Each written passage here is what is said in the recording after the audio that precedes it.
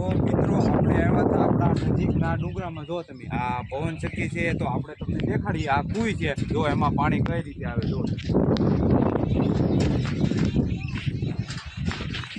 જો આ એકદમ ઉપર છે કુઈ છે.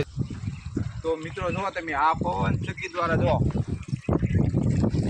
કેવું સરસ મજાનું ટાટું પીવાય એવું પાણી આવતું એકદમ.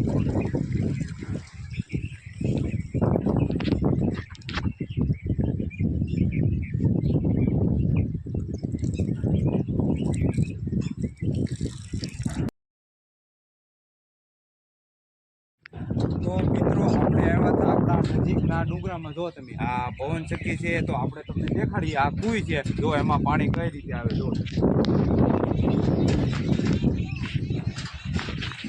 જો આ એકદમ ઉપર છે કુઈ છે.